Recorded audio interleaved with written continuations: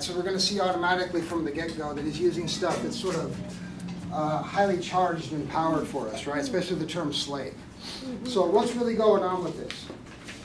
Well, Nietzsche's concerned about where we get our values from, right? How do we get this idea of good and bad or good and evil, right? And so for him to think about morality, right, we first got to define it. So what does he call morality or morals, right? Amorality, what is it? How do you spell physiological? So it's like this, P-H-S. There we go. Physiological, L-O.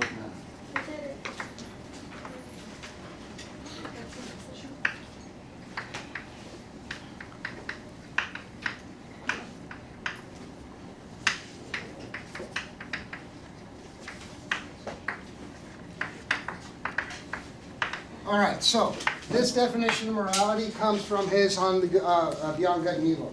And what he said is, well, morality is just this, these are physiological demands for the preservation of a particular kind of life.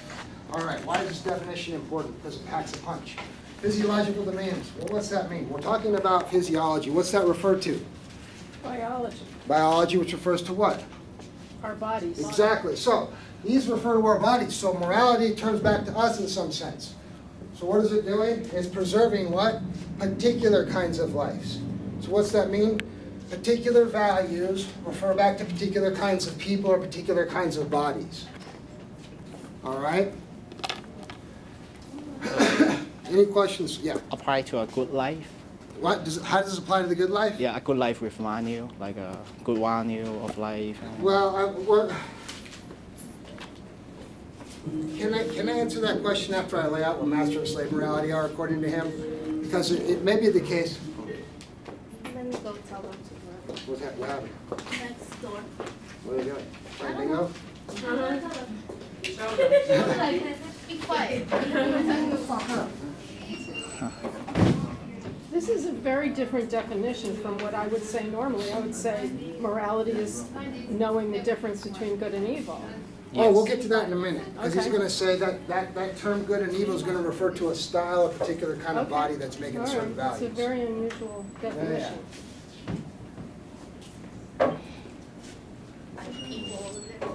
People, what's up?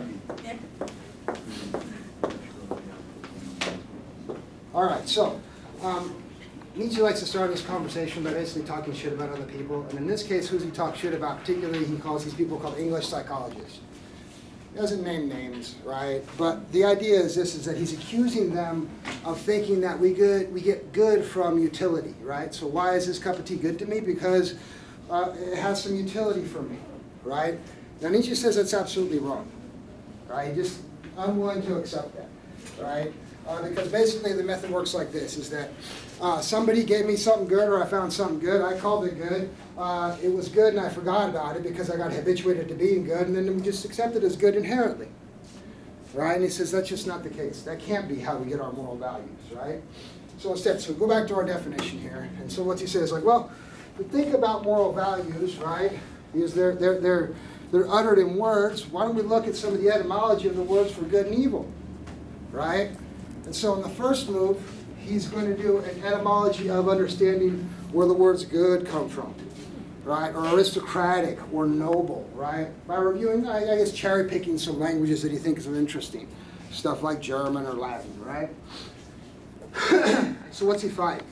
He says something like this. He says, well, good comes from the people that called themselves good in the first place, right? So this is the beginning of master morality.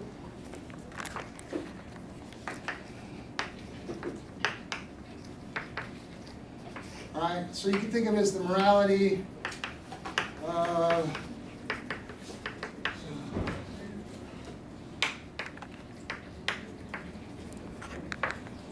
so the morality of self-enhancement. This is what they utter. I'm good, right? And what's the distinction? What's the opposite of good? How do you define good and bad? I just told you. They say they're good. How do And you what's not define them? good? I'm good. That's what he's saying. What does it make you a good person? That's what I'm saying. They say that. They say I'm good. Me. How do they define the things in you? Okay, so here's the thing, is that they would tell you something like this, is that I decided that was good because I'm good, and that's that. And you are bad. Right? Here's the thing, right? Why? Because you're not me. Right? So I think everything me is good. That's what we call self-enhancement or self-aggrandizement, right? You start from the position that I am good, what is me is good, and everything outside of me that is not like me or not enhancing me is bad. All right? So let's be clear. It starts with the self. It starts with what Nietzsche calls an inward turn. All right? So we get slave morality.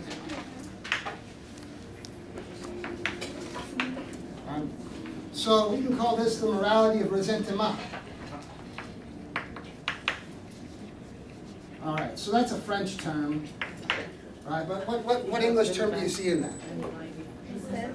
Resentment, right? Okay, so why is Nietzsche using a French term? Because they don't have a German term for this, right? So this resentment, you tell me what resentment is. Don't you know what resentment is? Haven't you all felt resentment at some point in time?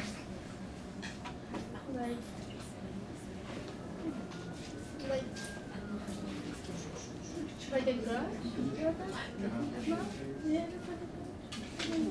What was that?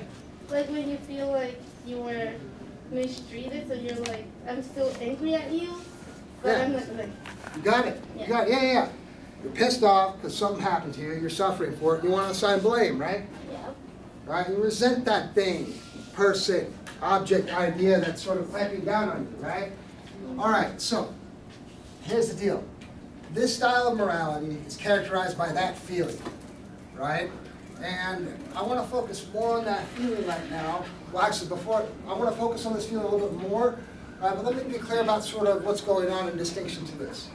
All right, so this slave morality, which he calls morality of resentment, he also calls it a herd morality. What do you think he's getting at by herd morality? What animal do you think of when you think of herds? Sheep. Right, exactly. Exactly. Sheep. So this is a morality of resentment of, you can think of the masses or the herd of human beings. Right? So, masters are few, slaves are the many or the herd. Right? So, this morality. It's coming from the slaves and what goes on. So, they say this first. Amongst the herd, they say, that world is evil out there. It is hostile to my existence and is out to get me. So they start from outside and they say evil first. That's evil. You're evil. This is evil. Whatever is evil. All right? And then they come back and say, well, whatever is not evil and is like me is good. All right? So their point of evaluation starts from outwardness. Right? They look out at the world and assume that it's hostile to their existence. They assume that it's bad. No, they assume full on that it's evil, that it has actual intentions to hurt them. Right? So when they get into a car accident, they think something like, oh, this world is just out to get me. The universe is out to fuck me. That's heard that stuff before, right? Right? Or you say something like the universe is cooperating with me, right? Typically, you can think, oh, that's sort of like indicating that, oh, the world's evil, right? And anything else not evil is good, which is us, right? The herd. All right. So any questions so far about this distinction between master morality and slave morality? Yeah, of course. So is he saying they or masters, like, so other people of particular social class saying this? Or like, is it connected to your social conditions? Like, who is they? What are these groups of people? So we'll go back to this. The kind of body that they have. Okay. Right? Basically, the root of the valuation comes from the sort of body that you have. Right? And so you can think of this as you got master bodies, and then we have slave bodies. Okay. Right?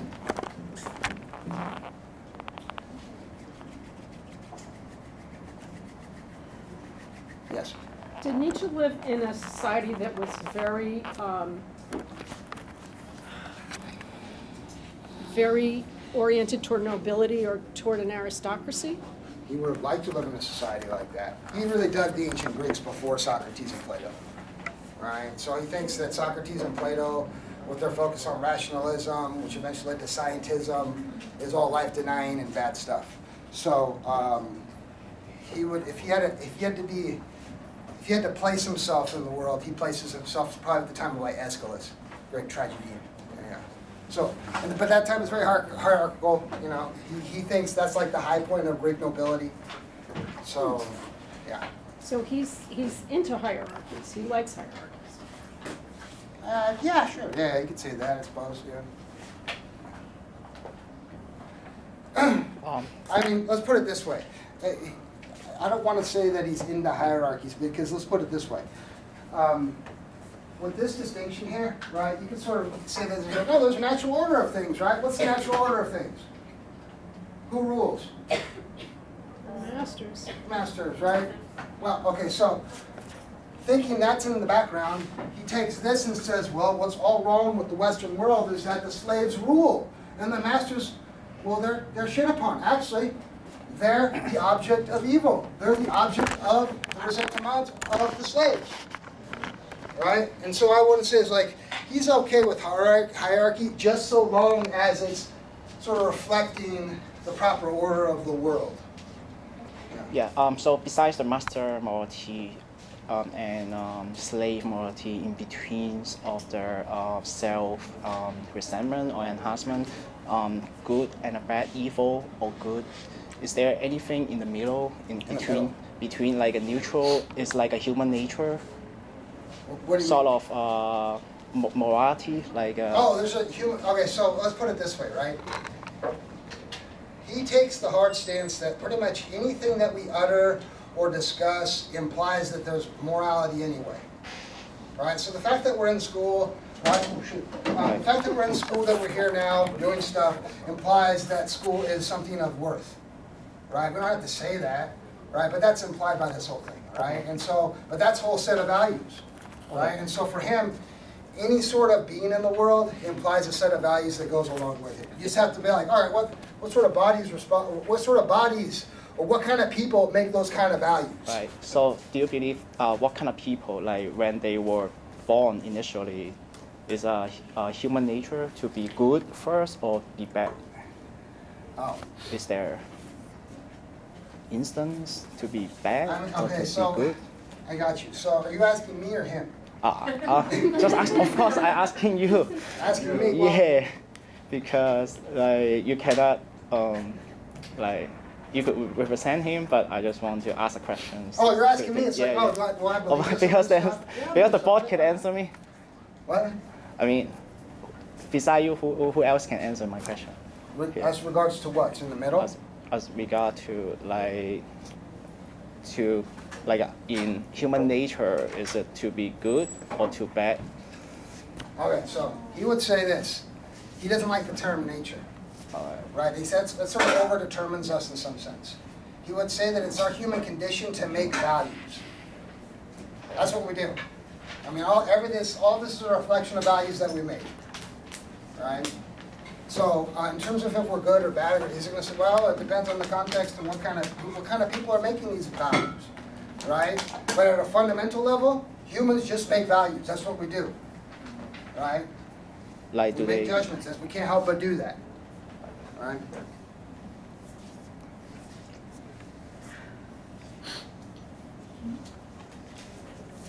All right. So we can actually talk about this resentment a little bit more. Oh, this is the pizza?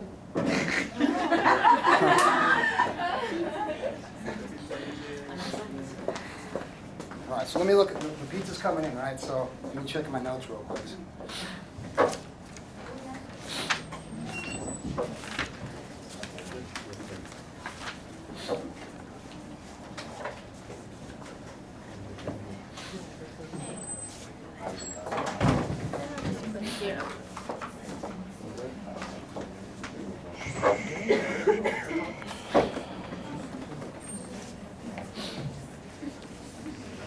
Is Nietzsche German or Austrian? He's German.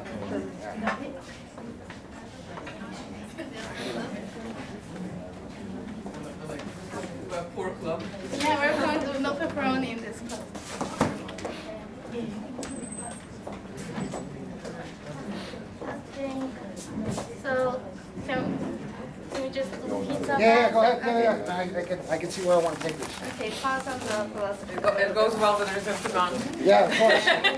Yes. And, if you want pizza, just come to the front and I'll give you a plate and we'll just distribute it like that.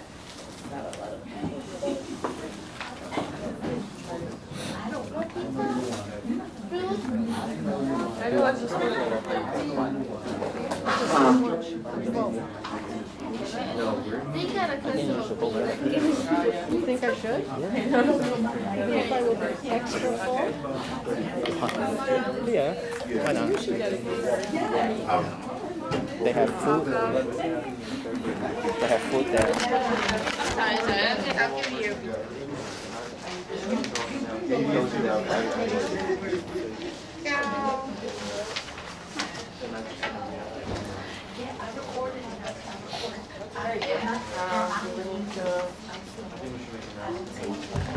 Yeah, but there are some people, I think You would sit here. Yeah, I would eat this little piece. because I'm not going to eat the whole thing. You're not gonna eat the whole thing? There's no food if you Yeah, next one. Yeah. anyway, we need to add Oh, you Yeah. We have food. Yeah, sure, maybe. Yeah, right. Yeah, only got so far. Yeah, we need to. because I'm going to write a reflection paper on this and then, get extra credit. So some questions I want to ask about the human nature is intent to do good things or bad things, because somebody they are born to be evil, probably, right? They're born to be bad. So I don't know. I think we should take. What do you think? It's a matter because of when I opinion. study like psychology, they have genes and cells. Maybe they have some bad genes, like bad DNA in their body to make them a bad guy. Well, my brother's a biologist. And sometimes people say, what is good for the Just environment? not that we interrupted. Actually, first, there are some people who commented Fresh air. after, right? Coming. I know Philippe sent a text, nobody responded. Did you get a text? You didn't? Okay, I don't know what it was. Are you coming? You didn't get a text? Okay, did you get a message? It wasn't me. It was the people in the office. They just I read don't know it. what's going on. They didn't get your Yeah, I message. don't know, I mean, maybe I got the wrong numbers, I don't know. Well, you. Did you do the first line of numbers or the second line? Okay, I was like, did you That's do the the? emergency. Ah, You okay. didn't get a text. Okay, so we have one. You coming? Okay, so we have at least one cancellation. So if anybody. Yeah. If anybody wants to go tomorrow to Philadelphia, okay. We're gonna get dinner. We're gonna talk about whiteness. I don't know. It's just gonna be good. Yeah, anybody is interested, we can take information down and then we'll contact you guys. I would love to go. You will So, well, why don't we take a, sorry, organize. Can I grab you a piece of paper? Yeah, sure, please. No, I'm fine, thank you.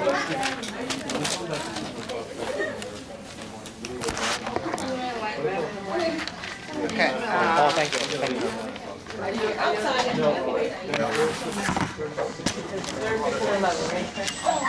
So we're leaving tomorrow, if you guys are coming, we're leaving tomorrow at 9, we have to be there at 9, it's 36 and 11.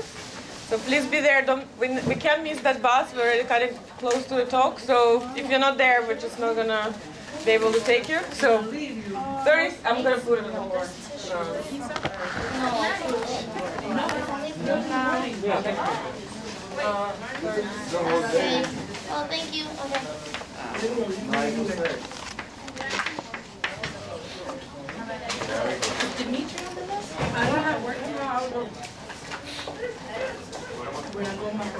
Put your name and your phone number. And make it clear. You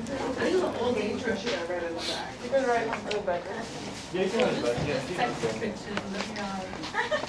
Really, I don't know what happened.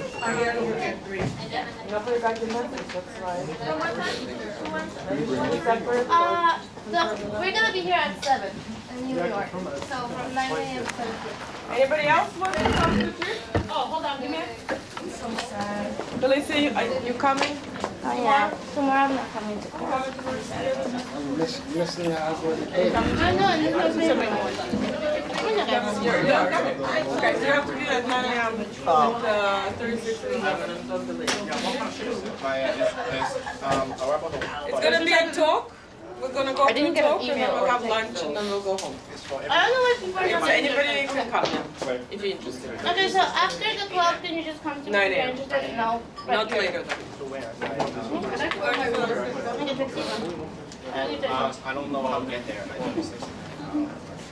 How to get there? Take a train.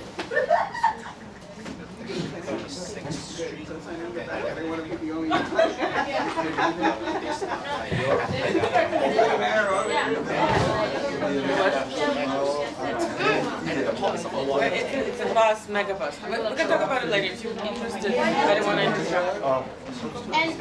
And good. I'm sorry I didn't say this. If you're here for extra credit, put your professor's name. Because sometimes you put your professor's name and that and send them the list. I'll see one student today. I know her first name, though, I have a lot. Sorry, I don't know. I thought they just put the name. Yeah, Dimitri's also not there. I need We'll find. All right, we'll do it. Should I put his name on the list just in case? I have Dimitri. I mean, put.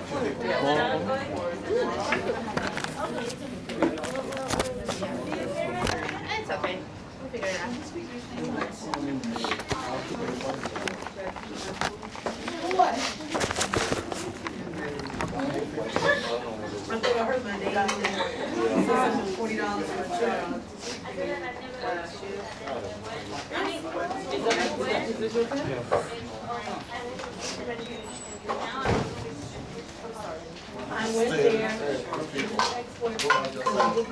Okay, if you guys think about that, you can just put your name and we'll figure it out.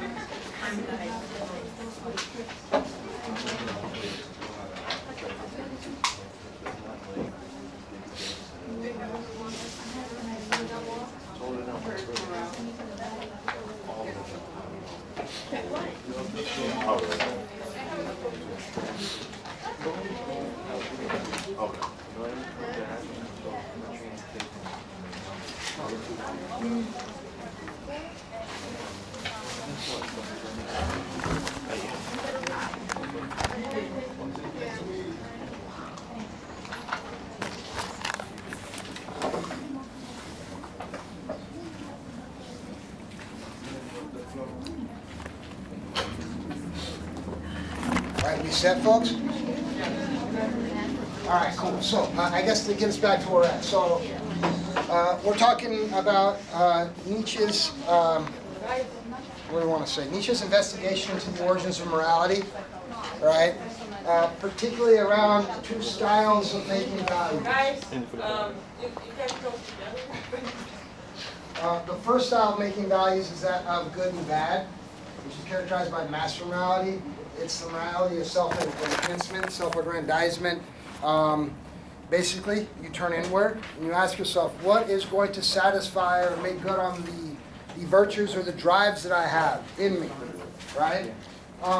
So he actually gives us a couple of examples of master types, right? So the first one is the noble knight, right? And the other one is the priest. And so what it is about them? Well, for the knight, right, for them to turn inward and say, what does me well is to be warlike, is to have activity, is to fight, is to dance, is to do all that wonderful stuff of the body, right? So you can think these people as sort of warlike way of life. Right? Not because they're fearful, but because that's what they want to do. Right? That comes from within. Right? So you have the priest, they're different. Their way of life and what enhances them is to actually not do things. So Nietzsche says something like this, is that the origin of pure and impure starts from these master types who said, it is unpure for me to mess with this kind of stuff, and it's pure for me to mess with this kind of stuff. Right? Because that's what enhances them. Right? So they have sort of an ascetic way of life.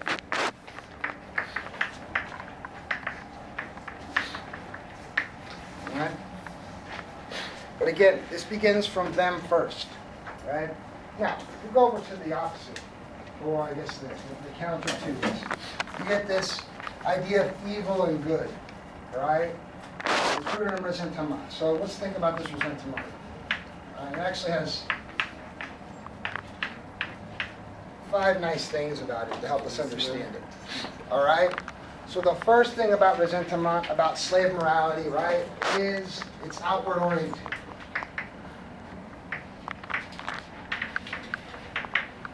All right, so what's that mean to say? So like the example I said, hey, we, us here, we're the same. We're the herd, right? And that world out there is evil. It's hostile to us, right?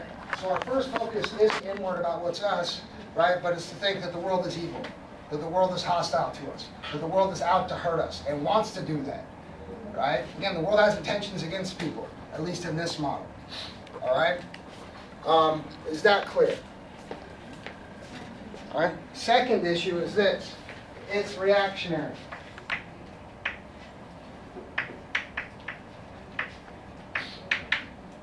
All right. And it should follow from this sort of outward orientedness. Is that basically you can think of this as that you look out at the world, right, and you're just ready for something to set you off because you know it's hostile. Right. Now, with these two sort of things, I'm fairly certain you've met people like this, right? Is that akin to paranoia or paranoid personality disorder? No, I mean, he's going to make a broader claim because he associates this with the herd. You're going to say this is the vast majority of human beings. Right? So, actually, if we want to talk about personality disorders, I think this is where you would find stuff that trouble us. Oh, really? Yeah. So, for example, this style of morality, you're going to get stuff like what looks to us like narcissism, like sociopathic narcissism. Right? It looks monstrous, right? Because it starts from them. Oh, it's good for me to go fuck shit up. Or you're like, oh, and they go do that shit, right? We say those people are psychopaths and monsters, right? That's not coming from over here. It's coming from over here. Yeah, right? And in fact, it's us over here. I'll say, we're all part of the herd, right? We're saying those people are evil and monsters because they can do stuff like that to us. All right? Awesome. So, we see the reactionariness, right? Third quality. And this is what's interesting. All right. Ultimately, what really is going on here is this.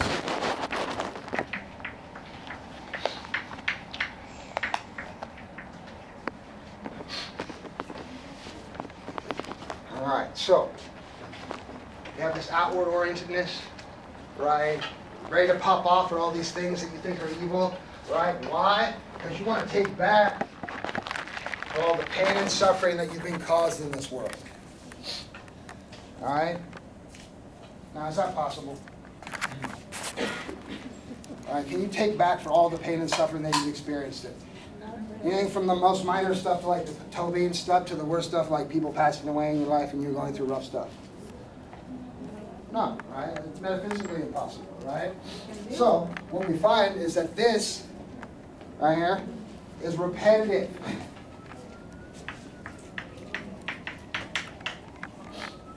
Happens over and over and over and over and over again.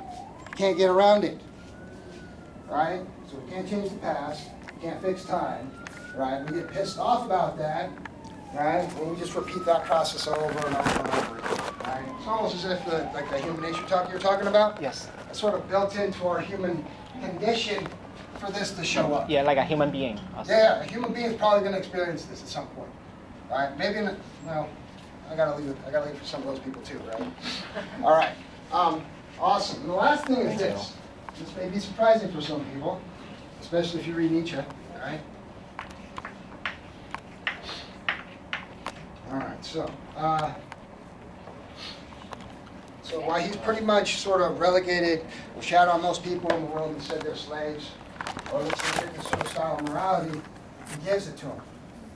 He said they get one thing going for them. That style of morality is creative. All right? In fact, their creative act was making this right here. All right? So, on that end, you sort of get the mechanics of this style of morality.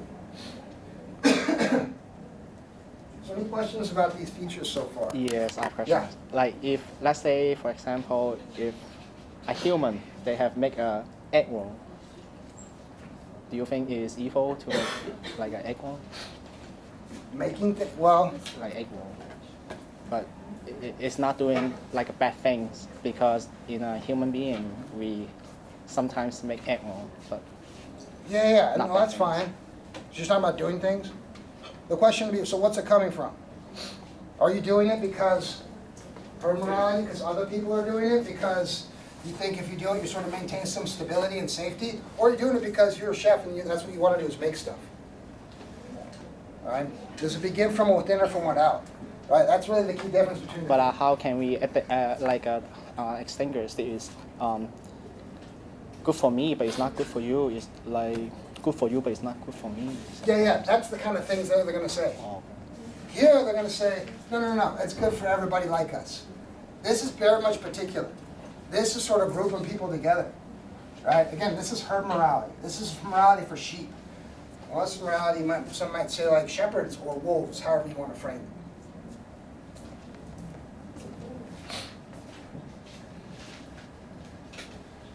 Questions, comments so far?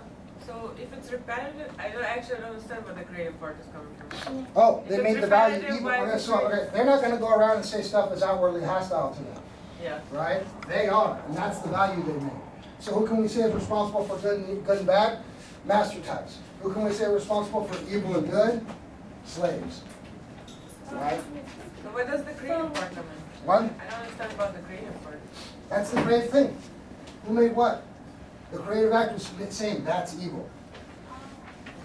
You guys get it? Yes. So what I understand is that they are creative because they make illusions of what's happening in the world, and they, Oh, sure. So like how resentment expresses itself, that itself is creative. But like you think of like the creative act of like saying something is something, right? Well, they're the ones who said something's they're evil. like storytellers. No, it's more fundamental, right? Like who said what, right? Who made good and bad? These people. Who made good and evil? These types. That's their creative act. Okay. It doesn't rest with them. Now, here's the deal, right? Let's be clear about this.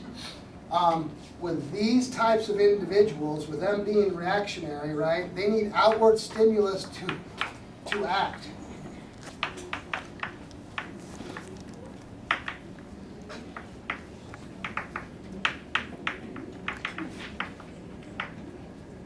All right, so what's that mean? They are lazy, and they have something that's happened to them. Don't you guys talk like that? Like stimulus and response and shit like that when you talk in psychology, right? Like behaviorism, right? Right? Am I right? Yes. Yeah. So that's what he's saying. He's saying, all right, these things over here, these types of people, need to be pushed in order to make things, in order to start their resentment, right? So Nietzsche says something like this. He says, listen, when all's going well, right? These master types realize that these people with their raging resentment, because let's put it this way, if they're just out and about, right? Their resentment is sort of undirected. It's just sort of written to the world writ large, right? What the masters do is this, is like, wait, look at those raging bums over there, right? Let's help them out. Let's use some of our power and say, we'll give you some values, right? And you can live by those, and that will direct their resentment towards something, I guess, more meaningful or worthwhile, as opposed towards each other or towards the outward world, right? So the point is this, is that, yeah, we're going to grant that that's the creative act, they made evil, but they required some sort of structure and push from the master types. And he says that's some sort of benevolence on their part to help these people out. So in some sense, you could say something like this, is that we get our structures from master types imposing values on the slaves in order to redirect their resentment in a way that's a little more productive than just fucking shit up. Yes? So wait, then now I'm so confused. I should have not read that before, because when I read it, I kind of thought that the slaves were the ones guiding everything. Oh, no, that's okay, all right. No, So okay. remember- I'm like, I'm not. Yeah, no, you got it, yeah. So that's how things sort of became as they were in terms of up to a certain point. And the certain point is sort of, you can think the modern Western world.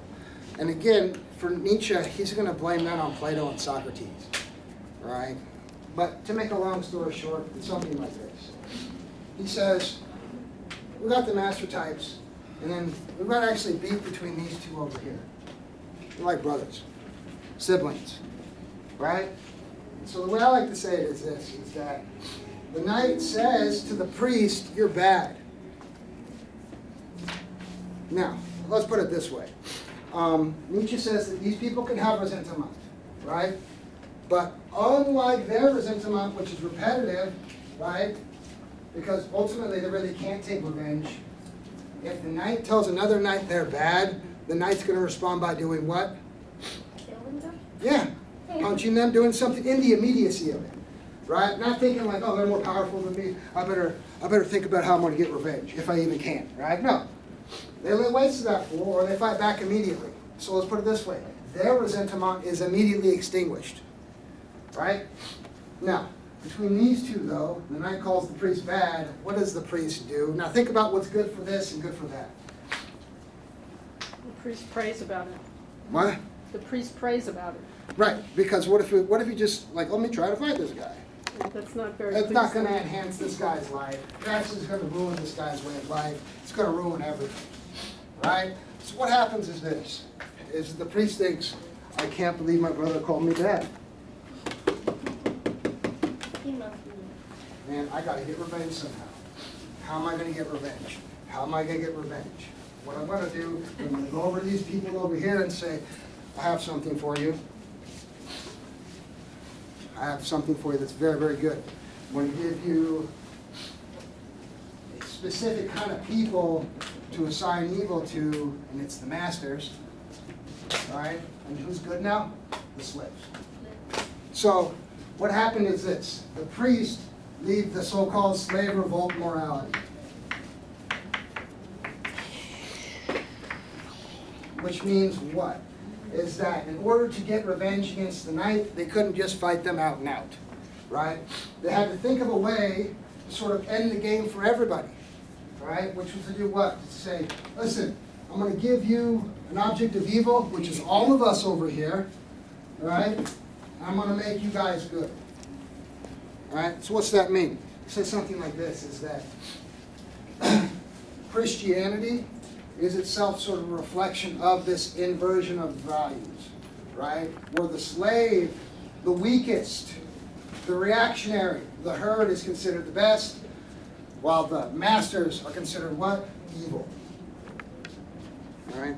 So to make a long story short, master and slave morality, at least for Nietzsche, is about sort of the problems in the Western world, how things have sort of been flipped topsy-turvy, right? With the losers being the winners now.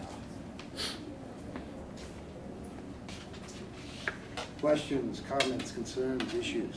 So are you saying that the priestly class may stimulate a revolt against the masters? Yes, that's the story he says. That's basically the story that Nietzsche's saying. Is that between these, they had beef, right? In order to sort of get over on them, they said, let's end the whole game and co-opt this and say they're good and destroy the masters. But then, isn't it at the end like there's still like the slaves are like in charge, but if you put it into Christianity, priests are still on top. You know? Yeah. But who's the good? Ask yourself who's the good in the situation. It's like, oh, okay. It's Poor the people. but her. That's exactly it. That's the key here, right? They're evil and they're good now, as opposed to, so it's totally a sign that the world shakes out. Like they have somebody to blame for everything, right? They get a little pastor to help them out. They get like a shepherd, right? And they know in the end who's the best? These people over here.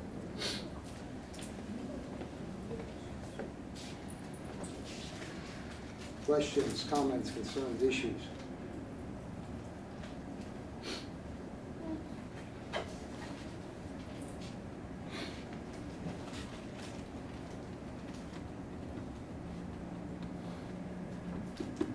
So I can tell their morality has changed from bad to good. Like about the slave, do you think there is like other different perspective later on? Well, oh, can you go from like the different styles of valuing? Yeah, kind of. Let's say I'm pegged physiologically as or have a body of a slave. That's a style thing. He's not going to say that you can become this, right? And here's I think this is a problem, right? Yeah, it's bad when the slaves think they're the masters, right? But it's terrible when masters think they're slaves, right? Because it totally deforms them in some sense of not actually being able to make values, right? Because ultimately, right, who is the ultimate arbiter of values when it comes down to it, right? Even if it's they got to push over here, it's them, right? So in some sense, when masters get wrapped up in slave morality, they're sort of denying themselves. All right, what are they denying? They're denying themselves as creators of values for others. Right? But I thought you said that the slaves are more creative. No. Number No. 5. There's a creative quality to resentment. They're not any more or less creative. Because let's put it this way. For Nietzsche, the ultimate master is an architect. What does an architect do? It destroys a world and makes one, doesn't it? Yeah. Do you think they want to be slave? Well, okay, so let's put it this way. Do us people in the Western world run around calling ourselves slaves? No. No, we call ourselves equal, right? And for Nietzsche, that kind of language gives away the sort of morality that we're playing with, right? And so, to make a long story short, he thinks this is what's sort of running the show in terms of the values that are being expressed in the world right now, at least in the Western world.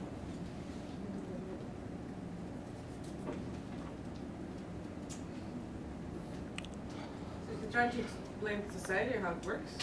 I mean, among other things, yeah, some of it, yeah. You could say that. So, And like, you well, would say like it's not, it could be different in a different culture or not?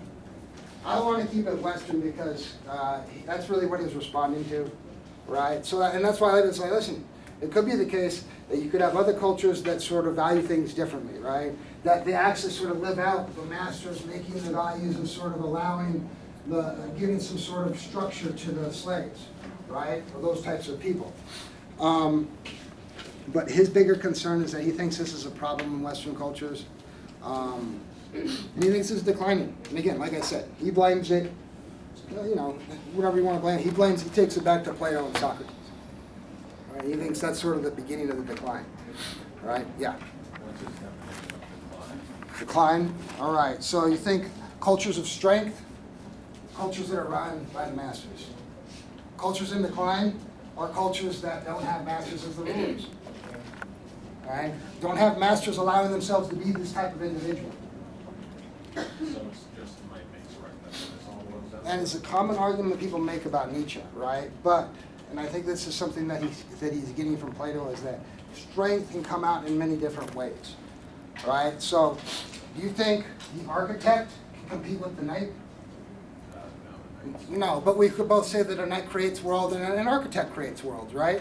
And so those are two different styles of mastery, of master making, of putting values in the world that other people are going to have to respond to and such. Right? But yeah, so you're reading on that your understanding is like, no, a lot of people read Nietzsche that way, right? And that's not uncommon. So, any other questions, comments, or concerns? Yeah. Was he pleased with the social structure of king, aristocracy, bourgeois, proletariat? This is why I want to say he's a bit of a throwback. Okay. Right, because really it's between rulers and the ruled. Right. He's only got 2 categories. And we might be mixed up in terms of like, okay, so in category terms of we're his political philosophy, yeah, I'm going to say that he will probably say something like that. There's rulers and the ruled, right? In terms of like, there's the masters that make the values, there's the people that need to follow, right? How does it work out that we get our values? Right, so that's really the discussion for him. Now, are you critical of his hierarchical understanding of things? I'm just trying to understand. He seems very anti-democratic. Yeah, of course. Yeah. No. Yes. Yes, he is. He's very, very anti-democratic. Okay, Right, yeah, that was your sneaking suspicion. No, it's not a suspicion, it's the truth. okay. Yeah. Okay. He's very, very anti-democratic. Yeah, the idea of us thinking democratically, especially how we do. Yeah, it's very herd-like. Yes, exactly. We're all equal, we all have a voice, right? Yeah, yeah. Everybody's the same, Right. right? Democracy. But if you were to say something like, well, if we practice democracy like the ancient Greeks did, well, it's aristocratic men and a bunch of slaves. Only that are nobles, yeah. Yes, exactly. Almost everybody is either a slave or a woman. That's exactly or, it. And so you know, see some where, like- devalued individual, yeah. Yeah, exactly. So you got it. Other questions, comments, concerns about Nietzsche's? Yes. So, masters under slaves desire recognition of masters. Oh, in this case, so he's, for Nietzsche, that's not an issue. Recognition is not an issue. I'll put it to you this way. If it is, it's between masters, right? Because he says this, he says justice is something along the lines of this. It's an agreement between equals, right? So who are equals? Masters, right? And then it's also the imposition of an agreement upon other people, right? So what's that mean to say? If you're a master, we can negotiate, I guess, because we recognize each other that way, right? But them, no, they need order. They got resentment. There's shit going on with them, right? We need to help structure their life, right? The knight could just imitate the architect and make the architects. I guess the architect, would he still be a master even if he's physically subjugated? Sure, right? It's just a different domain, all right? So you think of, like I said, you think of strength broader than just might makes right. Well, might can come out in a lot of different ways. Intellectual might, physical might, all right? It can come out, if it can't come out because the knight is refusing to let it come out with another master. Well, I guess we'll have to work that out. Because that would happen when the slaves involved. They make masters into people who see themselves as slaves. Yeah, they reverse the order. Yeah, no, you got the flip. Yeah. It's really this sort of psychological misunderstanding of oneself, right? Yeah. So did that answer your question, or? So for Nietzsche, everybody's just like an independent, kind of self-conscious, just kind of born a master or born a slave, or how does one become a master? All right. So.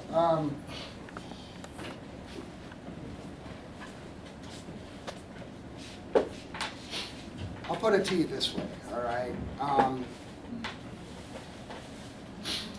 When I read Nietzsche, and particularly this, it sounds mad mafioso to me, right? What that means that is this, is that it's like these masters, they got their whole thing going on, all right? And so they work it out.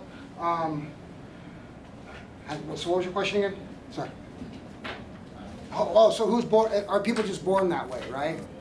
All right, so let's put it this way. I'll put it to you in these terms. It seems like they come from lineages of other master types, right? So I guess you're born into it, right? But they can still have their beefs, right? Their disagreements, right? But in this case, and this is the issue with the slave revolt morality, is that this guy over here said to them, no, we're going to make you the ultimate winners and us over here the losers, right? It's going to work out for me because I'm going to get back. I'm going to get revenge to my brother over here. It's worth it.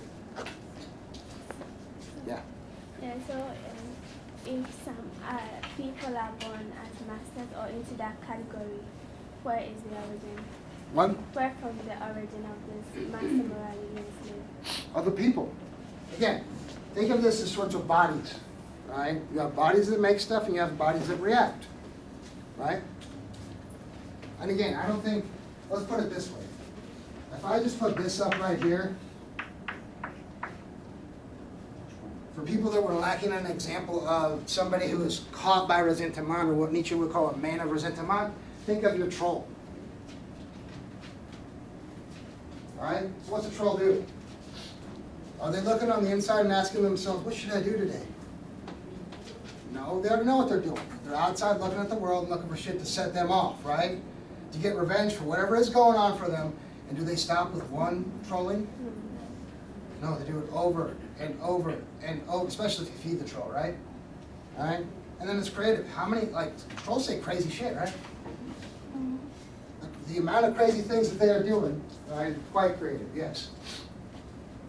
I mean, this is way out of, I don't know, this is above my intelligence, I don't know, so I'm gonna take it very, So, for you to even become a master, you have to get the person who was born into that lineage of sorts to pull you I want over. to have that kind of body. Who has that kind of Because the priest going over to the resentment, so to Yeah. speak, and basically saying, I'm gonna make you. So what if you wanted to do that outside of the priest? Is there any way for you? Or you just have to wait for the master to give you the permission to be? What do you mean? You're saying, you're talking about these people over here sort of being autonomous and saying, I want to do stuff on my own. Yeah. No. Oh, you can't do that? No, because they don't think like that. They think Oh, in terms of the herd. so you gotta get your leader, the priest, or some sort of leader of sorts to come over and say, give you some permission? Or structure, think of it, Oh. think of it as structure. Think of it this way. I think the easiest analogy is something like parents and children. Right. So they're always looking for structure, but they can't get it from within, so they get it Yeah, from of course. without. Are you just gonna let children run wild? Like, they'll figure it out. Fuck no? No. Right, no, you need parents to come So over and say, I- this is the structure and this is the deal. Oh, okay. Right? And this is good and this is bad, this is how you should be. Okay. Right? So if you think of it in that's sort of what's going on here. Okay. Right? So I don't think it's that far removed, even though, again, think about the language you use. It's quite bombastic, master and slave. What if you just said leaders and followers? All of a sudden it'd be like, oh yeah, leaders and followers, I get that. Right? No, master and slave, that's very, very charged language for us. Yeah, I think I had to break it down because I wasn't following, but now I see. Now you got it? No, that's fine. Yeah. No, listen, I don't think this is above your intelligence level. You totally got it. Right? That was an excellent question. Okay. Yeah. So Yeah. in morality, slavery is a good thing or evil thing? Wait, is slave, oh, you're asking about the institution of slavery? The importance of slavery. I mean the result. I mean the condition of the slavery. The generally is a Oh, the good condition thing. of the slave, oh, okay, good. All Is it a right, good so thing or evil This is the thing? one thing I wanted to share from Nietzsche today, to help you sort of understand the distinction, right? So hopefully this answers your question. Okay. All right, so Thank he you. says this, okay, so he's going to use a metaphor or analogy to help us understand this distinction, right? What goes on between these people? He said, the lamb dislikes great birds of prey, does not seem strange. Only he gives no ground for reproaching these birds of prey for bearing off little lambs. And if the lambs say to themselves that these birds of prey are evil, and whoever is least like a bird of prey, but rather its opposite, a lamb, would he not be good? There is no reason to find fault with this institution of the ideal, except perhaps that the birds of prey might view a little ironically and say, we don't dislike them at all. These good little lambs, we love them. Nothing is more tasty than a tender lamb. All right, so what's that mean to say? Is that they view them a particular way, right? And they sort of overdetermine them in some sense, right? Well, in the case of the masters, yes, they do view them. They do view the slaves in a particular way, right? But it doesn't assign them some sort of evil or badness about them. It just says they are what they are, tasty food for them, and that's just their perspective, right? And so Nietzsche's going to say later on something like this: is like, well, who's closer to the truth? They both lie. They're both not the truth, right? But what is actually closer? Do the lambs actually have the birds of prey? What's it called? Their motivations correct? No, right? Well, is the lamb tasty? Yeah. So who's closer to the truth? The masters, right? So again, everybody's making up these sort of mythologies about what's going on in the world, right? They're over-determining what's outside of them by saying it's just straight evil. It is out to get me. It wants to hurt me. Yes. So is there a difference between bad and evil? Yes. So this is a comparison. So bad is like it's not as good as me. It's not, okay. But evil is like it's Out to get me. okay. Yeah. So bad, something like this is like, you're bad. It's like a bad copy of me. Yeah. Stump you up. Tasty, You but missed the- bad. Yeah, you just kind of like missed the mark. Right? That's bad. Yeah.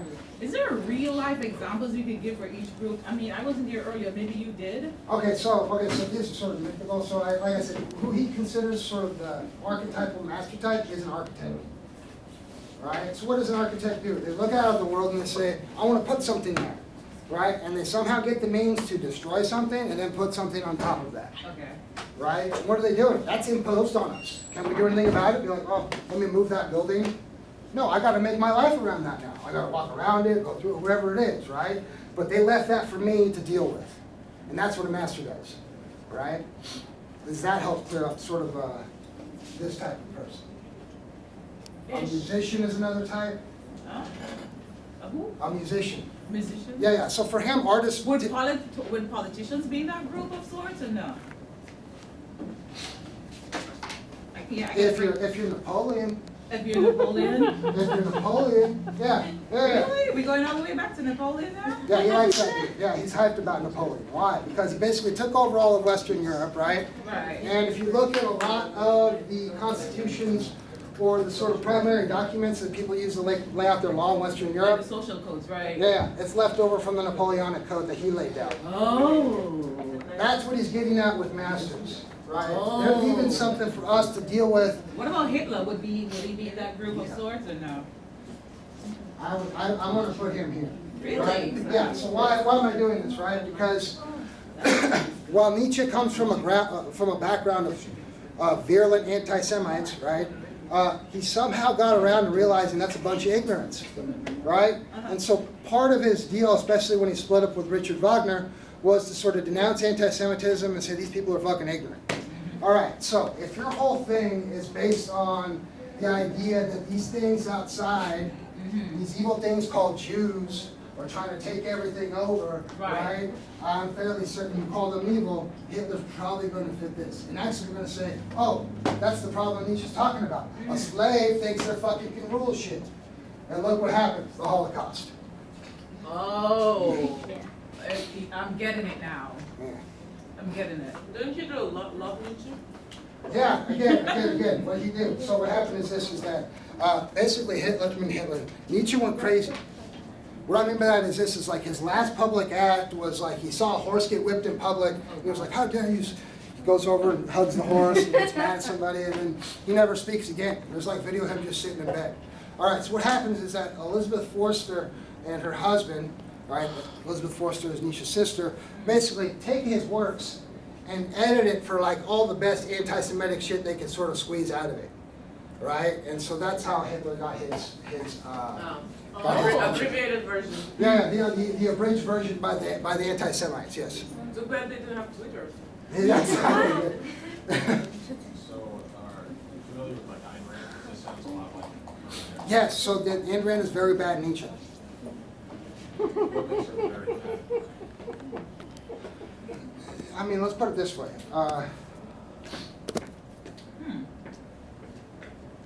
Her work is a little sloppy in terms of the terminology, right? Nietzsche, I think, is a little bit tighter, right? And so, like stuff like self-interest and all that kind of stuff is really sloppy master morality. But the core ideas are still the same, right? No, because the people that end up looking like masters, I'm going to say, are probably over there. Because, listen, everything is about everything outside of them, right? When you think about that, and that's the first thing, right, it's hard for me to accept that it's master morality.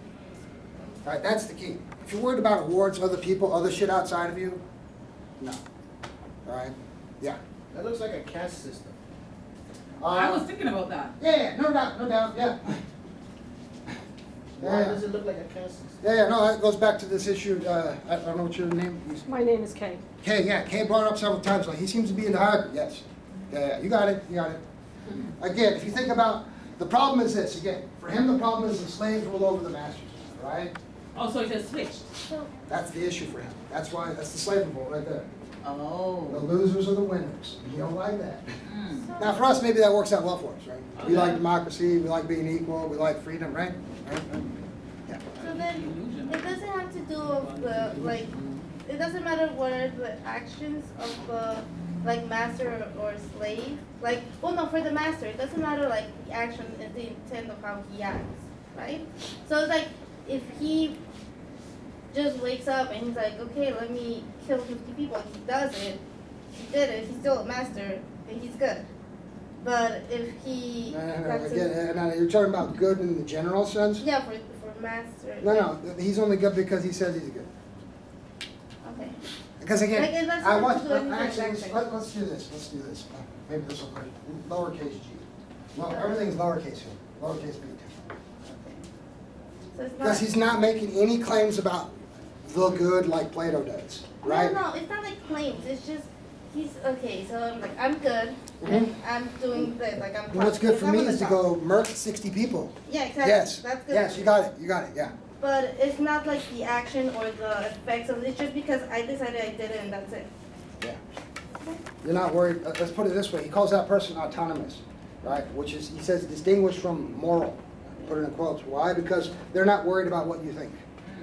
Again. We think about the artists, typically they don't give a fuck about what you think when they're making stuff. And they shouldn't. If they want my opinion about what they should make, I'm like, you're not really an artist. I'm some bum. Right? You make your stuff and I respond to it, and that's how it goes. Right? Think about music. Think about architecture. Think about viewing art pieces. Right? And so again, think about examples. I can give you real scary ones like Napoleon, right? But there's also stuff like artists. Right? Now again, when we think about master morality, it looks monstrous to us. And that's what I want to be clear about. Right? To be able to do something like and be something like that will probably look like narcissism to us at the most minimal level. That's just because you're all slaves. So slave morality is like mainstream concern. Oh yeah. In two ways, right? First off, most people on the planet are herd. Second off, it's mainstream in the sense that it is the shit running the show right now. All right, the mainstream morality can be characterized by resentment. Yes, you got it. So are you just sort of born a master or a slave?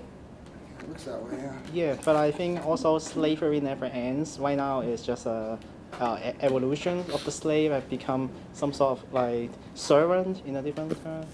It could be. Could be, right? Yeah. Yeah. So the born thing, yeah.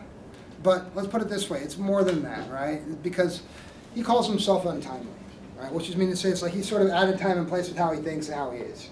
Right? So not only do you have to have the right, we could say nature, you have to be born at the right time for that nature to sort of flourish. Okay. Right? So let's put it this way. Is this a good time for masters if the slaves rule the ship? No. No.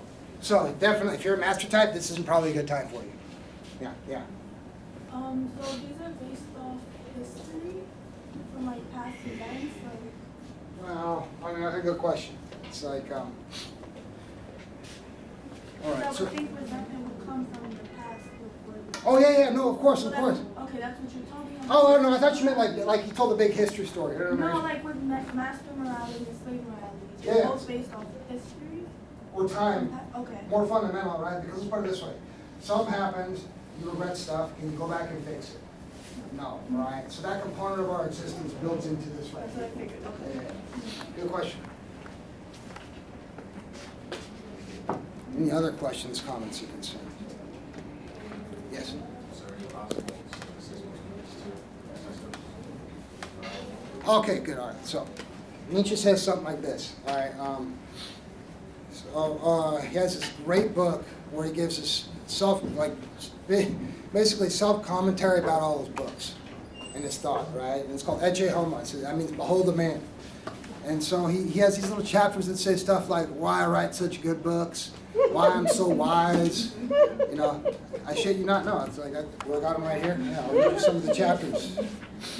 Yeah, why I write such good books. Yeah. Another one. Why I'm so clever. Yeah.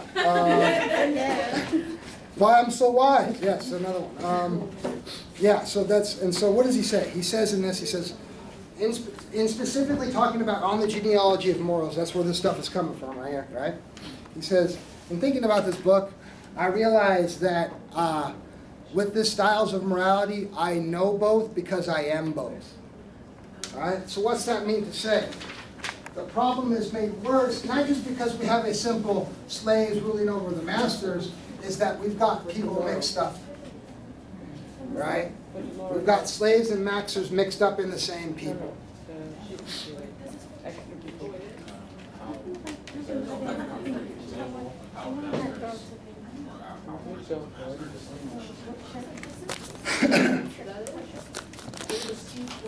Professor, is this the sign sheet? No. This is an not option. I'm sorry. No, I'm moving on. What happened? I missed it. What was the All right, so question? That's what's your what- name? Aaron. Yeah, so you asked a question about what's an example. He would say himself, right?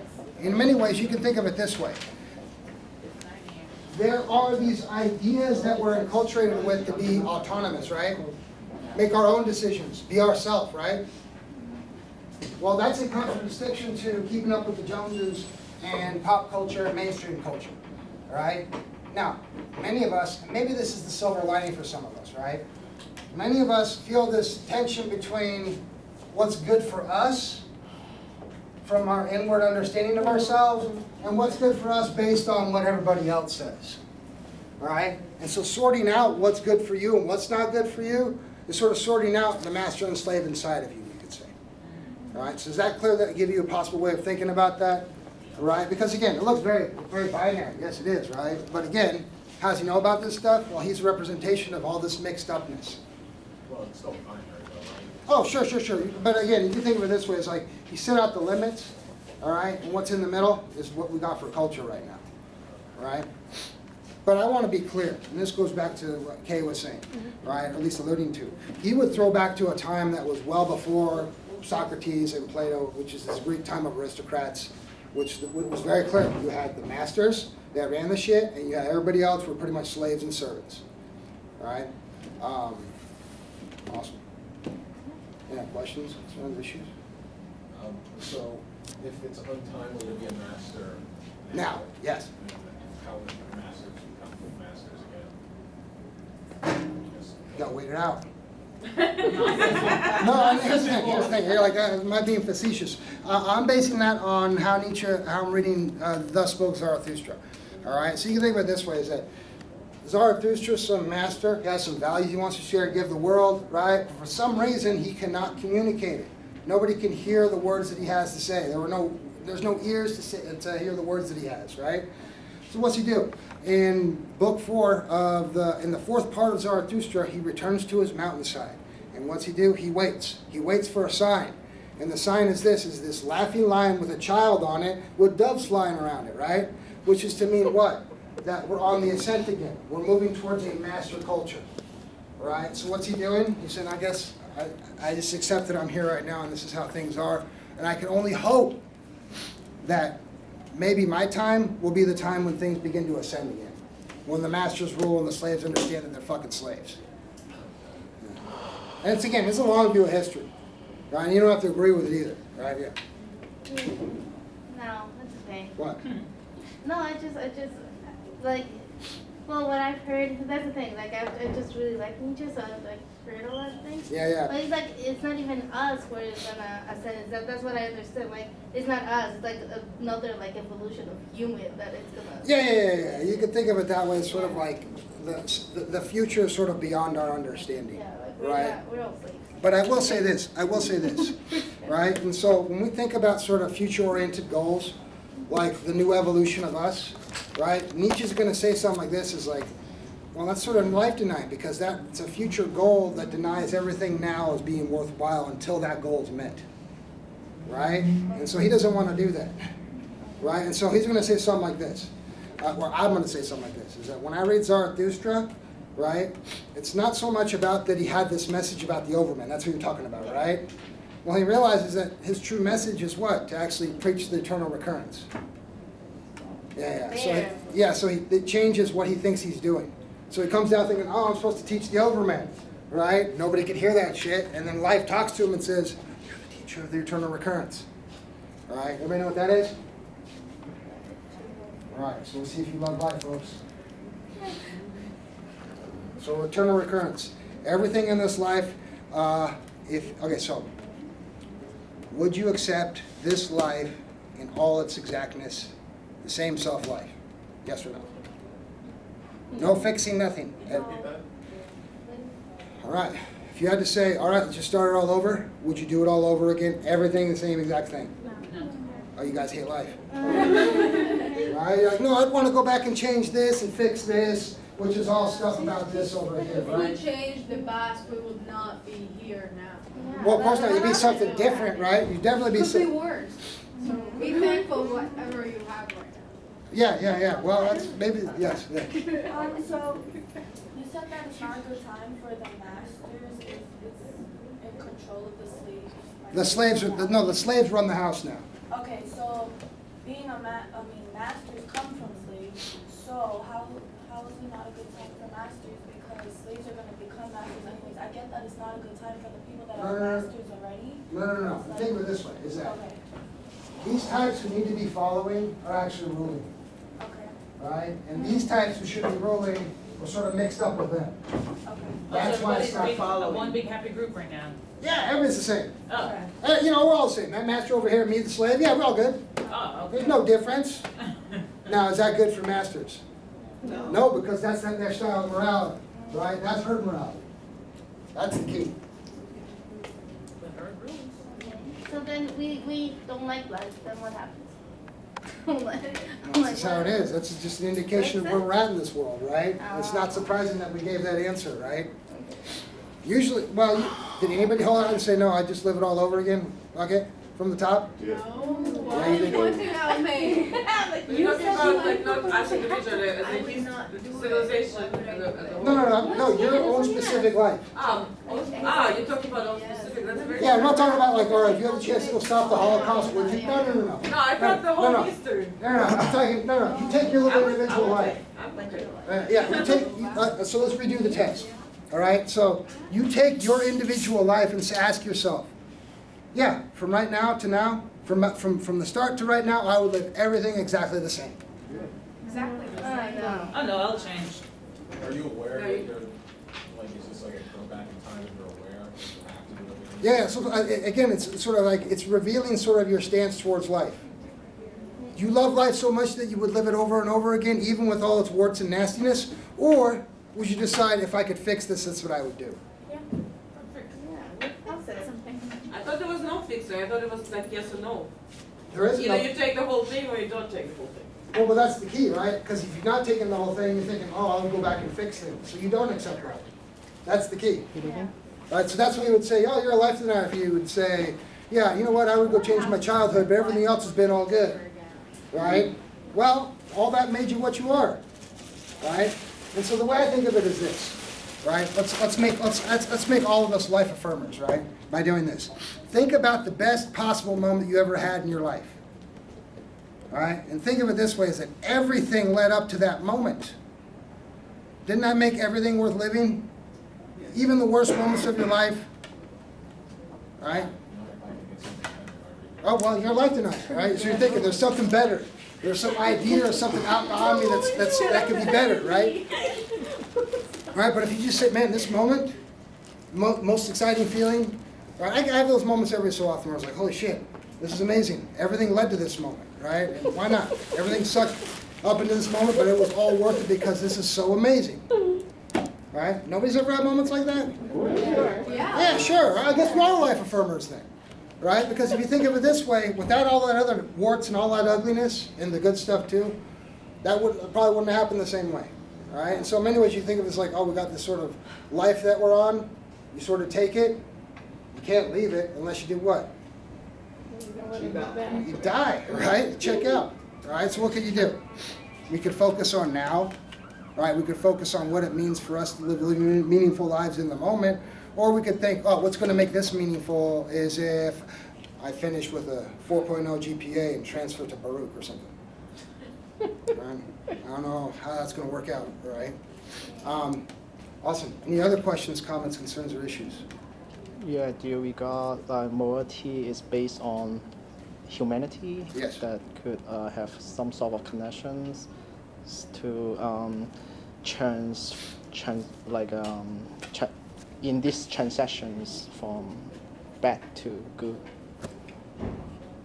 Wait, what's the question?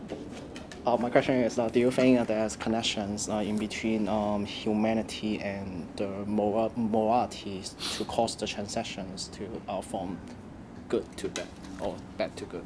Well, yeah, I mean, as humans, all we do is make values, right? And I will say this, you can think of it this way, is that, and Nietzsche points this out in the second essay, is that how a value shows up and what its meaning is always culturally and historically contingent, right? And so he likes to give the example of punishment, right? So there's the actual custom of how to punish people and what it actually means, right? And so there's different ways of punishing people. You could slap them, you could hang them, you could put them in the corner, you could ostracize them, right? But what it means to those particular people in that specific moment, in that historical context, is going to vary along the lines, right? But what's that mean? Is that we're just making values, right? We're assigning values, and we can't help but do that. But do you think the values will always work when you're using like a harsh punishment to Okay, so slave? you bring up punishment. Or- He makes this interesting point, right? And it's simply this: he doesn't think punishment makes people good. And in fact, he thinks it actually makes people better. Actually makes people more clever at breaking rules. Like more challenge. Yeah. I see. Alrighty. Any other questions, comments? Yeah. So you know the comparison Bergeron? Yes. So in that Mediocrity. Yes. In that society, if when they kill each guy, are they all masters or are they all slaves? They're all equal, right? Yeah, I classed them over there. When you're talking about equality, all right, you're not making distinctions between us. You're talking about herd morality, right? So even when there are no masters and everybody is literally equal, we're all slaves. Yeah, I mean that's the thing. It's all sheep and no shepherd. That's how you can. That's one way he's characterized the culture. So what about a society where everybody else dies and there's only a bunch of masters? Well, I mean, I don't know how they're going to Yeah. live because they're going to need some slaves to do some shit. And then you say, Professor, Jose, you talk about like sheep and a shepherd. Do you think slave, they are the scapegoat in like in the human No, no, no. world? Actually, in this case, the scapegoat is the masters. The scapegoat is the master. Yeah, at this cultural moment, that's what he's saying. So listen, ultimately, the resentment needs a scapegoat, right? Yeah. And so what the priest did is said, hey, we'll make these people the scapegoat. But- So that's why these people are in top. But do you think the master, they have power, they have wealth? They have a lot of different stuff. There's a lot of different reasons they called themselves good. So it could have been because of physical strength. Could have been because they had a lot of stuff. Could have been because they looked at themselves and said, I'm just beautiful, right? But it always starts from the self. It starts an inward turning, I would say. What was the tie between Nietzsche and Wagner? Oh, okay, so Nietzsche, he liked Wagner's work, especially before he thought he went to the masses. And so he was like a close friend, confidant type. And so I think it was Pars, I can't remember which opera he went to. He went there and felt like he was puking, he almost vomited. He says, oh my God, Wagner's become for the people, right? Instead of being an artist that wants to make something, Wagner is worried about what his audience thinks. And he thinks artists don't worry about that, they just make. And Wagner was a virulent anti-Semite. Oh, yes, yeah, he did like the soundtrack, the anti-Semitism, yes, yes. So Nietzsche forswore anti-Semitism at some point. Yeah, he thinks it's ignorant. Did he at one point think it was good? Oh, yeah, no, he came up as a strong anti-Semite. Okay, Yeah, so in it's the sort of a tradition of conversion of anti-Semitism in that. Germany, he definitely followed it for a moment. Okay. And even the most like stereotypical sense, accusing Jews of being in the banks and all that Yeah, kind yeah, of yeah, shit, that right? they had all the money and Yeah, they yeah, were exactly. causing world events and all this Yeah, kind yeah, of thing. Yeah. And so Hitler like Wagner and Hitler like Oh, of course. early Nietzsche. Yeah, yeah. Or at least cherry picking, he said. Yeah. So you have learned about it. Yeah, so Hegel makes it sound like there's like a relationship, like the masters and slaves care about one and they need one another, right? Nietzsche's like, they don't need anybody, they need the masters. So this, like, you asked about mutual recognition or something like that, right? Yeah, it's not between, let's put it this way, it's asymmetry, right? They don't recognize them. Yeah, but like what if it's just two masters in a room and that's the only? That's them, that's recognition, fine, Okay. right? But it's sort of like, oh, I'm a master, you're a master, all right, cool. Still masters. Yeah, go team master. All right, I make values. You do too? Awesome. And will they come in conflict with each other? They're gonna work it out, however they do. And in this case, between the priest and the knight, it ended up being our problem of Western culture. How about if the knight just kills the priest before he can do anything and that's it? Because, I mean, what's the point of killing the priest? They're both masters. What's he gonna get out of that? I don't know. You Hey, can very do nice to it. meet you. Why not? Just do it. If you were to say us a lot of problems apparently, but hey, that's how it goes. Why did you choose this church language? What? Why did you choose this church language? Because he's a troll. He wants to get people to react, right? And that's part of his deal.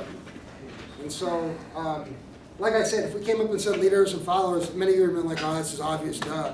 I'm out, right? We come up with this language. Is part of it is also like a point of freedom, like as a master, because we're like focused. Oh, you know, I like how you said that, poetic freedom. Yeah, I would. That's actually a nice way of saying it, because again, you think of a poet, they're going to give you words and you just have to deal with it, right? And so the freedom of forcing you to understand it from that perspective, yeah, it's definitely sort of a master type move. All right, it's like we have to respond now. You set the terms, what are we going to do now? Change it? Because I mean, let's put it this way. Leader and follower is a much softer way of understanding that kind of relationship, right? And in fact, saying leader and follower doesn't do justice to thinking about masters and slaves, does it? No, a leader and follower sounds like, oh, that sounds nice. When we think about master and slave, we're like, oh man, slavery is just terrible. Fucking assholes, what are they slaving people for, right? So all kinds of stuff comes up to it that make us react. But again, that's what Nietzsche's trying to do to us, right? And so again, that sort of poetic liberty, poetic freedom to sort of punch us, provoke us, But, give us a kidney shot, right? But do you think it is like the society is the classification? They have classified the people. Some people they are on the top. Some people they are. No, I got you. So he's not going to say a society is totally like petrified or calcified, right? Yes. It's always changing and dynamic, right? But you have to think in terms of historical scale. So he doesn't think in terms of like 5, 10 years. He's thinking of like hundreds and thousands of years, right? And so yeah, it looks like calcification to us, but in reality, if we look back, we're like, well, no, it's changing this dynamic. It's just sort of for him on the downward climb. Thank you. So were his writings supposed to be a provocation of people into masterhood? Well, I mean, you can think of it that way. The way I like to think of his project is something like this, is that his audience are the people like him, right? And other people like him are people that are very, very aware of the sort of cultural circumstance they're in. They're very well read in the ancients. And so his audience, you can think of it this way, that he's trying to give them an education and help them unlearn all the bad shit, right, that is actually not making them good for themselves. So I'll give you an example. So Beyond Good and Evil, if you read it as like the handbook to unlearn all the bad shit that I've learned as a Westerner, right, that's your audience. You're like, oh man, he's right. Logic is terrible. But this says nothing about the world. Oh, that's just some sort of arrow of the future that's just garbage, right? And if you're on board with that, right, you're basically unlearning basically the presuppositions of what Westerners think reality is, right? So for him, the first order of business, if there's any possibility of masters rising to the top, is that the masters got to realize who they are. And so they have to be educated, basically undemocratically educated, right? Learn that, oh wait, so this stuff about Kant is not right, or this stuff about individuality is not right, right? That's part of the issue. So his audience can't be masters totally. They have to be people like him. Yeah, of course, and that's part of the issue with you. That's the mess that Western culture is in. Again, if it was easy enough, they're like, oh, the masters are down here. It's like, why are we down here? Those people shouldn't be ruling, right? No, it's because it's the mix that makes it really, really tough, right? And the confusion for like, whoa, who's a master, who isn't? Well, it's like if it's combined and mixed up, right? People have to unlearn and sort of learn themselves, right? So what does Nietzsche say? Become what you are, all right? And how do you figure out what you are? Do you look out at the world first? No, you turn inward and ask yourself, well, what am I? What drives me? What optimizes me? What enhances me in my experience in the world? Right? So, yeah. So I'm thinking to the knights of the piece, they have. I mean, the master. They have realized themselves that it's bad in morality to treat a slave, and who changed them? What kind of system or kingdom had changed the master? Oh, in a way. Nietzsche says something like this. It's an argument between these two. The kings and the priests. Yeah. Oh, I see. Yeah, so the priests were like, oh, I got to get back at the knight who called me bad. Because I don't understand what are you like. like in your lecture, elaborating here because I only took like a U.S. history from high school. This is how I learned like slavery, but this is about the master and slave morality. Is a book like by Comes from this book right here. Oh, journal. On the genealogy of the hair. All right, thank you very much. All right, any other questions, comments, concerns, or issues?